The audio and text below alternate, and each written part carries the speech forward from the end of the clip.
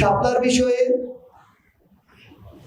অভ্যুত্থান পরবর্তী সময়ে একটা স্বাধীন সাংবিধানিক প্রতিষ্ঠানের থেকে একটা যৌক্তিক অধিকার বা দাবি পেতে এই ধরনের লড়াই করতে হবে এত কিছুর বিরুদ্ধে, এটা খুবই অপ্রত্যাশিত।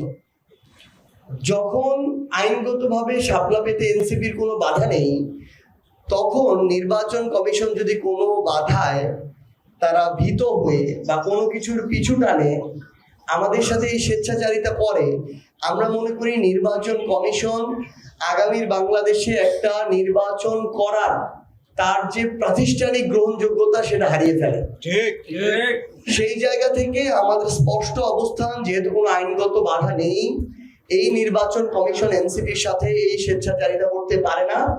আমাদেরকে তার হয় শাপলা দিতে হবে, না হয় কেন শাপলা দিবে না এই আইনগত ব্যাখ্যা তাকে দিতে হবে। ঠিক ঠিক প্রয়োজনে আমরা এটা আইনি ভাবে লড়াই করব, প্রয়োজনে রাজনৈতিক ভাবে রাজপথে লড়াই করব।